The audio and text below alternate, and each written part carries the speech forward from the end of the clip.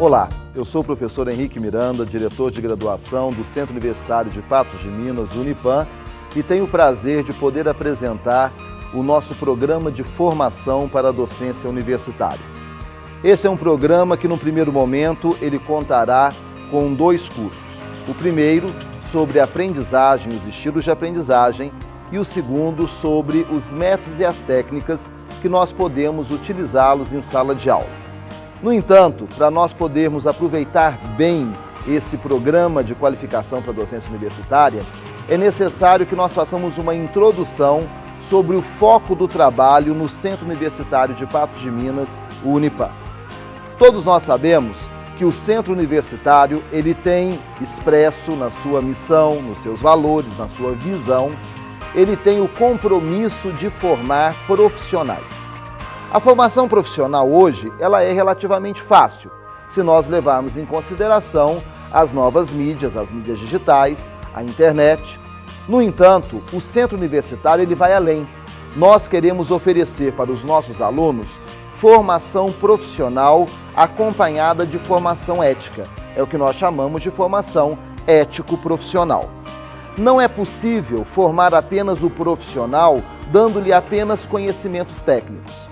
Além dos conhecimentos técnicos, faz-se necessário que nós dotemos o profissional de competências e habilidades para que ele possa desenvolver a sua profissão com ética. E esse é o nosso compromisso. Portanto, o foco do trabalho do Centro Universitário de Patos de Minas, o Unipam, é a formação ético-profissional dos seus alunos. Essa formação ético-profissional, ela visa o desenvolvimento de 2 coisas básicas. Primeiro, nós queremos que os nossos alunos adquiram conhecimentos técnicos para o exercício profissional. No entanto, esses conhecimentos técnicos, eles precisam estar acompanhados das habilidades para que os alunos possam atuar no mercado de trabalho. Dessa forma, o que nós queremos é desenvolver nos nossos alunos competências. E como é que nós desenvolvemos essas competências? Através do modelo pedagógico que o Unipam adota e, em especial, que nós passamos a adotar desde o ano de 2011. Nós temos um modelo pedagógico na nossa instituição que pressupõe atividades de aprendizagem e pressupõe ambientes de aprendizagem. E eu quero convidá-los para nós refletirmos um pouco mais sobre os ambientes de aprendizagem, que são diversos. No entanto, eu quero focar aqui num ambiente de aprendizagem específico, que é a sala de aula. Na sala de aula ocorre uma questão fundamental para todos nós no centro universitário. É na sala de aula que professores e alunos, eles estabelecem a relação. É na sala de aula que ocorre a nossa prática pedagógica. A relação docente-discente, ela é fundamental para o nosso centro universitário. E é em sala de aula que essa relação se estabelece. E aí, é preciso refletir com bastante cuidado sobre essa relação, porque ela fará toda a diferença no trabalho que nós realizamos aqui na nossa instituição. Quando a gente fala de docente e de discente, quando a gente fala de sala de aula, nós temos que nos lembrar de 4 elementos fundamentais que diferenciam o docente e o discente na relação pedagógica. Esses 4 elementos são, em primeiro lugar, o conhecimento técnico. Em segundo lugar, a didática.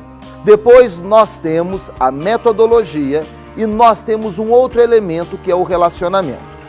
Obviamente, eu estou fazendo aqui uma simplificação para que nós possamos entender um pouco melhor como funciona a relação docente-discente. Mas é necessário que nós estejamos atentos a cada um desses elementos que fazem a diferença entre o docente e o discente na relação pedagógica que se estabelece em sala de aula. Bom, em relação ao conhecimento técnico, isso não é muito preocupante, embora seja relevante. O conhecimento técnico é a capacidade que o docente tem de transitar tranquilamente pela área do conhecimento na qual ele se dispõe a ser docente. Geralmente, no ensino superior, nós não temos problemas com o conhecimento técnico. Isso é muito raro. Geralmente, o professor, quando vem para o ensino superior, ele sabe que no ensino superior está lidando com adultos e ele sente um pouco de receio de não dominar tecnicamente aquela área. Nós temos que nos lembrar de que hoje, no ensino superior, a legislação ela pressupõe níveis mínimos de qualificação. Geralmente, quem vem trabalhar como professor, como docente no ensino superior, ele tem ou titulação mínima de especialista, ou de mestre, ou de doutor. E isso acaba dando uma qualificação técnica para o indivíduo. Além disso, o docente consegue superar as lacunas do conhecimento técnico através de cursos e atualizações. No entanto, nós temos que nos lembrar de que o conhecimento técnico ele é um dos elementos que estabelece a diferenciação entre o docente e o discente, já que o docente é o responsável por guiar o discente no processo de ensino-aprendizagem. Ora, para eu guiar alguém, eu preciso conhecer no mínimo antes o caminho. É claro que é complicado falar hoje de conhecimento técnico, sobretudo porque as informações elas estão disponíveis. Com a internet, com as mídias, o aluno muitas vezes pode chegar à sala de aula dominando conceitos, dominando informações que talvez o professor não domine. Porém, nós temos que nos lembrar de que o professor é aquele que guia. O guia tem que conhecer o caminho antes. Então, é necessário que o professor esteja à frente do aluno no conhecimento técnico. Porém, só ter domínio do conhecimento técnico na sua área de docência não é suficiente. Se assim fosse, qualquer computador ou qualquer livro exerceria o papel de docente. Além de conhecer, de transitar tranquilamente pela sua área do conhecimento, é necessário que o docente domine um segundo elemento, que faz a diferenciação entre o professor e o aluno. E esse elemento é a didática. Não vou entrar aqui em discussões muito filosóficas e aprofundadas sobre o que é a didática, que não é o objetivo, mas eu gostaria de convidá-los para a seguinte reflexão. A didática, de maneira muito simplista, ela é a nossa capacidade de saber ensinar aquilo que a gente sabe. Então, o docente, ele se diferencia do discente pelo seu conhecimento técnico, pelo seu aporte teórico, e ele também possui a didática, ele sabe ensinar, ele sabe transmitir, ele sabe comunicar, ele sabe envolver os educandos no processo de ensino-aprendizagem. A didática, ela pressupõe uma coisa fundamental, que se chama empatia. A empatia é a nossa capacidade de nos colocarmos no lugar do outro. Ora, a empatia, ela é indispensável para que o docente possa atuar em sala de aula com os seus alunos. O docente tem que ter a capacidade de se colocar no lugar do seu aluno e antever as dificuldades deste aluno. Isso é a empatia. Eu preciso me colocar na posição do meu aluno para antever as dificuldades do meu aluno e poder preparar as atividades à aula. Outra coisa importante relacionada à didática é a questão da nossa voz, da nossa postura, da maneira como nós atuamos em sala de aula. Isso faz toda a diferença na hora de estabelecer uma relação adequada e frutífera com os nossos alunos em sala de aula. Nós temos que nos lembrar de que os nossos alunos, eles são, na sua maioria, trabalhadores que estudam à noite, que vêm para o centro universitário já cansados de terem trabalhado todo dia. E é necessário que nós, através da nossa postura, que envolve a nossa voz, a cadência com que falamos, a maneira como agimos em sala de aula, é necessário que a nossa postura ela colabore para que o aluno esteja atento à nossa aula. Muitas vezes eu vejo os docentes reclamarem que os alunos não prestam atenção nas suas explicações. Frequentemente eu vejo os docentes reclamarem que os alunos não ficam nas suas aulas, que os alunos conversam durante as aulas, que os alunos eles consultam o celular o tempo inteiro. E a pergunta que eu proponho para os docentes é: será que não é um momento, quando essas coisas ocorrem, não é um momento de nós pararmos para pensar e avaliarmos melhor as nossas aulas? Eu costumo brincar assim: será que eu gostaria de ser meu aluno? Eu ficaria até o final na minha aula? Eu assistiria a minha aula até o último horário? Eu não gostaria de me atrasar para a minha aula? Ou propondo de outra forma, se eu tivesse filhos, eu gostaria que os meus filhos fossem meus alunos? Isso faz a diferença, porque o professor começa a se colocar no lugar do aluno dele e repensa as estratégias que ele vai utilizar em sala de aula para executar a sua aula, melhorando a relação com seus alunos e, obviamente, melhorando todo o processo de ensino e de aprendizagem. Ainda sobre a didática, é interessante nós refletirmos sobre um outro aspecto, que é um aspecto fundamental, que é a relação entre teoria e prática. Quando o professor ele prepara uma aula e ele executa a sua aula, o tempo todo ele tem que ter em mente que é necessário fazer um link entre aquilo que ele está explicando e as vivências que os alunos trazem. É o que nós chamamos, e vocês estudarão isso ao longo do nosso curso, é o que nós chamamos de aprendizagem significativa. A aprendizagem significativa, que foi desenvolvida sobretudo por um teórico chamado Ausubel, a aprendizagem significativa, ela pressupõe que o aluno entenda a aplicabilidade daquilo que ele está aprendendo. Quando o nosso aluno, ele realmente entende para que serve, ele entende a aplicabilidade, ele a vislumbra, ele aprende de verdade e ele não esquece mais. Isso é o aspecto da didática.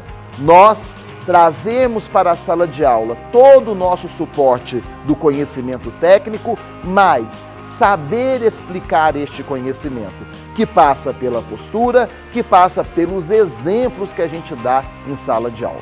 Um terceiro aspecto, também muito importante, que faz a diferenciação entre o docente e o discente, é a metodologia. Não dá muito tempo também de entrar em debates profundos a respeito disso, embora esses debates existam. A metodologia, ela pode ser definida da seguinte forma. A palavra método, ela vem do grego e ela significa caminho. Metodologia é o caminho que eu adoto para percorrer com os meus alunos para que eles possam aprender o que eu estou disposto a ensinar. A metodologia, ela está relacionada à preparação e à organização das nossas aulas. Não é à toa que o segundo módulo do nosso programa para a docência universitária fala sobre os métodos e as técnicas utilizados para a preparação, a organização e a execução das nossas aulas. É inconcebível que um docente vá para a sala de aula sem ter preparado a sua aula. E a preparação ela é fundamental, porque no momento em que eu estou preparando a aula, eu me pergunto, qual é o meu objetivo?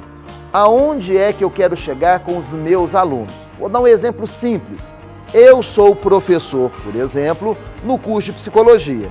Sempre que eu vou preparar uma aula minha para o curso de psicologia, eu tenho em mente o que é que um psicólogo tem que saber do conteúdo da matéria que eu estou disposto a ensinar. Isso faz toda a diferença. E aí eu organizo, eu preparo a minha aula. Nós temos que lembrar que uma aula, ela tem que ter começo, meio e fim. Que uma aula ela tem que estar estruturada. E de onde é que vem essa estruturação? Primeiro, dos nossos planos de ensino. Não é à toa que o nosso pró-reitor, o professor Fagner, junto com as mais diversas instâncias da nossa instituição, nos últimos meses tem se dedicado enormemente à revisão dos planos de ensino de todas as disciplinas oferecidas no centro universitário. É o plano de ensino que baliza a maneira como eu vou desenvolver a disciplina numa sala de aula. Seria inconcebível que um professor desenvolvesse um trabalho adequado em sala de aula se antes ele não planejar este trabalho. E esse planejamento está expresso no nosso plano de ensino, que acaba sendo materializado no plano de aula, no planejamento, na maneira como nós queremos executar as nossas aulas. Como eu falei, uma aula, ela tem que ter sentido. Nós temos que lembrar, e não é exagero dizer isso, que sempre que nós ingressamos numa sala de aula, nós estamos diante de uma plateia. E é necessário que, de certa forma, nós conquistemos esta plateia. Gente, a docência não é tarefa fácil, como também ela não é tarefa para qualquer um. Se assim fosse, todos que recebem um diploma estariam aptos para a docência, e não é bem assim que a coisa ocorre. A docência, ela pressupõe o interesse pela aprendizagem do outro, e esse interesse ele é materializado na maneira como nós preparamos e executamos as aulas. Daí, nós temos que nos lembrar de um outro aspecto, que são as atividades que nós propomos para os nossos alunos em sala de aula ou mesmo fora dela. As nossas atividades têm que ter sentido, elas têm que contribuir efetivamente para a ampliação da aprendizagem dos nossos alunos. O que eu vejo acontecer é que muitas vezes professores dão atividades, mas não as corrigem, não dão aos alunos os feedbacks necessários sobre a aprendizagem. Se nós aprofundarmos um pouquinho mais os estudos sobre a aprendizagem, nós veremos que o feedback ele é indispensável para a produção da aprendizagem. Um exemplo simples disso são as APS, as Atividades Práticas Supervisionadas, que nós desenvolvemos no centro universitário. As nossas APS são momentos valiosos para que nós realmente proponhamos aos nossos alunos atividades que contribuam de maneira efetiva para ampliar a aprendizagem deles. E eles precisam de feedback para que a aprendizagem realmente ocorra. E aí vem um outro aspecto que a gente não pode se esquecer de forma alguma, que é a avaliação, que é um momento crucial, é uma dificuldade e nós temos que pensar muito a respeito dela. A avaliação, inclusive, ela será um dos temas de um dos módulos do nosso curso de capacitação para a docência universitária. A avaliação são os trabalhos e as provas que nós estabelecemos para os nossos alunos. A aula, atividades, avaliações precisam ter sentido e relevância. Nós, ao prepararmos as nossas aulas, ao prepararmos as nossas atividades, ao prepararmos as nossas avaliações, nós precisamos ter em mente o que é relevante e indispensável para a formação ético-profissional dos nossos alunos. Nós temos que nos lembrar o tempo todo de que o foco do trabalho do Unipan, expresso na nossa missão, na nossa visão e nos nossos valores, é a formação ético-profissional. Por isso, tudo aquilo que é relevante para a formação ético-profissional deve balizar a preparação das nossas aulas. E por fim, nós chegamos a um quarto aspecto que diferencia o docente e o discente na relação pedagógica, que é o relacionamento. Nós temos que nos lembrar de que o docente, ele necessariamente tem que ter maior maturidade do que o aluno para entender e compreender os fenômenos que ocorrem dentro da sala de aula.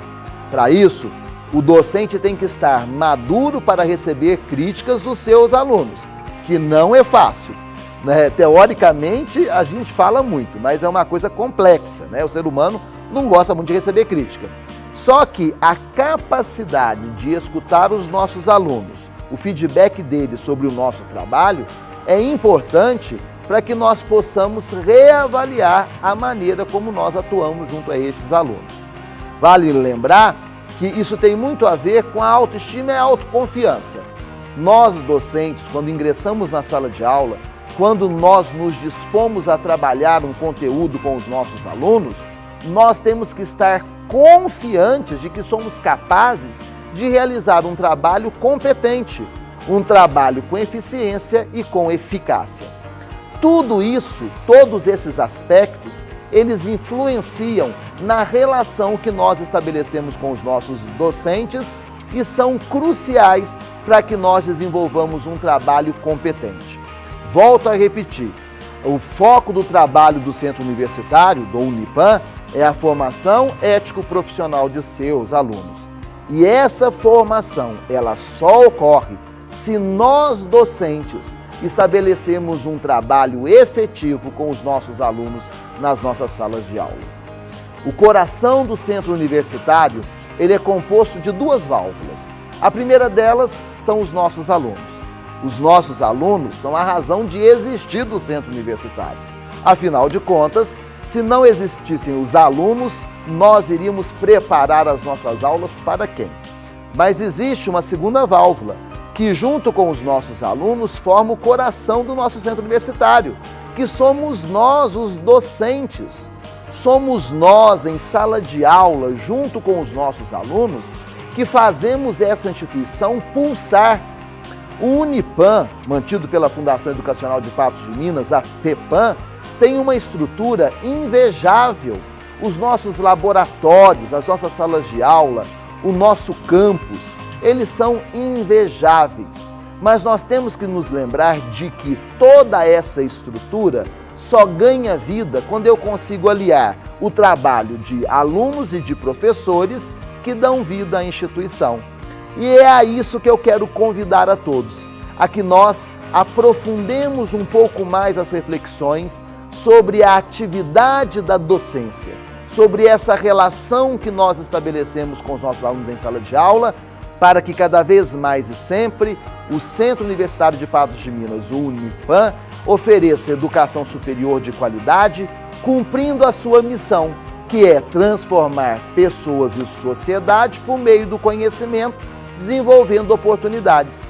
E isso só é possível se o nosso trabalho com o nosso aluno é um trabalho de qualidade.